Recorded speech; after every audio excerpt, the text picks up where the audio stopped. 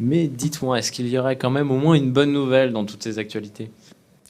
Je reconnais que tout ce que je dis n'est pas très réjouissant, mais c'est la situation de la France qui n'est pas réjouissante. Quand on se promène dans notre pays, hélas, on voit bien que la France est atteinte d'une... C'est même plus une maladie de langueur. C'est un problème monumental dans tous les domaines. La France se porte extrêmement mal. Le peuple français est très inquiet de la suite des événements. Et donc, effectivement, il n'y a pas beaucoup de raisons de se réjouir. J'ai noté quand même, au cours des derniers jours, deux motifs de se réjouir. Le premier motif, eh bien, on me le permettra, c'est les problèmes qui se multiplient dans le parti du président de la République, dans le parti En Marche. À l'Assemblée nationale, on a compté au cours des 24 dernières heures encore deux nouvelles démissions de députés de En Marche. Le groupe En Marche à l'Assemblée nationale comportait 313 députés au début de la législature. Il n'en comporte plus que 303, puisque 303 membres apparentés, puisque 10 députés quand même ont levé l'ancre de ce groupe. Les deux députés qui viennent de faire défaut, qui viennent de faire défection, ce sont la députée de Haute-Savoie, Marion Lenne, et la députée de la Sarthe, de En Marche, Pascale Fontenelle-Personne. Alors qu'est-ce que ça veut dire? Quand on regarde le pourquoi du comment de ces députés qui quittent le groupe En Marche, ils disent tous la même chose. Ils disent tous, en fait, on sert à rien. Ils ne servent à rien. C'est triste. Ils se rendent compte qu'ils ne servent à rien. Et alors, au lieu d'avoir le cynisme de députés d'autres partis politiques que je ne citerai pas, qui savent qu'ils ne servent plus à grand-chose, mais qui sont là, ça leur permet d'empocher les rémunérations, les avantages en nature divers et variés, et d'ailleurs souvent en n'allant pas à l'Assemblée nationale. En revanche, il y a dans En Marche des gens qui étaient issus de la société civile, qui s'étaient engagés parce qu'ils avaient trouvé que Macron avait le bon discours, et c'est ça, puis ils se rendent compte qu'en fait, ils ne servent à rien.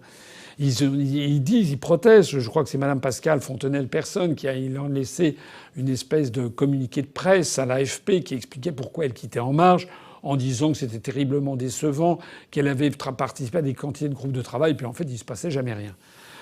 Mais quelle naïveté, madame la députée! Quelle naïveté, mesdames les députés, les deux députés qui viennent de s'en aller! Quelle naïveté, mesdames et messieurs les 10 députés qui avaient quitté En Marche! Pourquoi est-ce que vous ne servez à rien? C'est tout simplement parce que la grande majorité, l'écrasante majorité de tous les choix stratégiques sont décidés ailleurs qu'en France. Est-ce que vous pouvez le comprendre? Non? C'est trop compliqué? Lorsque des députés comme ça font des réunions avec le grand public, il y a le grand public qui dit oui, je sais pas quoi, moi, il faudrait taxer ci, il faudrait interdire des délocalisations, il faudrait taxer les transactions financières, il faudrait faire ci, il faudrait faire ça, il faudrait interdire les OGM, et voilà, nous on a des tas d'idées, voilà, nous on pense qu'il faudrait interdire les OGM, mais ces gens, les Français, ne savent pas que tout ceci est interdit par notre appartenance à l'Union européenne. Et je suppose que si ces deux députés ont fini par claquer la porte, c'est parce qu'elles se sont rendues compte qu'en fait, leur groupe leur disait non à tout. Mais leur groupe leur disait non à tout, alors elles disent oui, c'est une organisation pyramidale, ici et ça. Mais non, c'est parce que c'est toujours l'omerta et le grand secret. Le grand secret, c'est que la France n'a plus de marge de manœuvre dans un nombre de domaines absolument considérable. Donc on peut faire parler les gens. C'est du pipeau, Ce sont toutes ces parlottes organisées dans tous les partis politiques. Il y a des partis comme ça qui font des odes à... En fait, il faut avoir des idées. Ça, c'est comme sur l'ère des lampions. On va lancer des boîtes à idées. On va avoir des idées. L'un des derniers en date, c'était Monsieur Christian Jacob, le nouveau patron des Républicains, qui a dit qu'il allait lancer des groupes pour avoir des idées. Je crois qu'il y avait Monsieur Glucksmann, qui avait créé Place Publique, qui s'était présenté aux élections européennes, était à côté de moi lors d'un débat. Vous avez vu qu'il avait en numéro 2 sur sa liste, je crois, une écologiste qui a claqué la porte.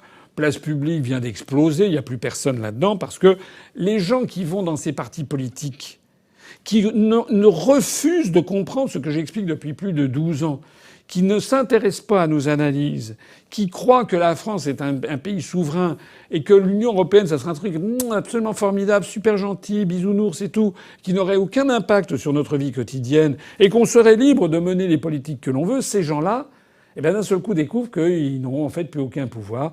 C'est ça finalement la bonne nouvelle, c'est que au bout du compte, je pense que tous ces députés vont quand même à un moment ou à un autre se mettre à réfléchir, peut-être, faut-il l'espérer en tout cas, vont commencer à regarder les analyses de l'UPR, vont peut-être découvrir ce que sont les rapports sur les grandes orientations des politiques économiques publiés chaque année par la Commission européenne. Ils vont peut-être se prendre à deux mains et commencer à lire les articles des traités européens, notamment du traité de Maastricht, recarrossé en traité d'Amsterdam, recarrossé en traité de Nice, recarrossé en traité de Lisbonne. Ils vont peut-être commencer à s'intéresser aussi aux directives, comme tous ceux qui parlent d'immigration sans vérifier la directive du 22 septembre 2003 et qui précise par exemple que le regroupement familial désormais est obligatoire et imposé par l'Union européenne. Dans tout ça, il faut quand même aller regarder un petit peu les textes. Mesdames et messieurs les députés de tous les autres partis politiques, allez au boulot, renseignez-vous un petit peu sur ce que c'est que l'Union européenne.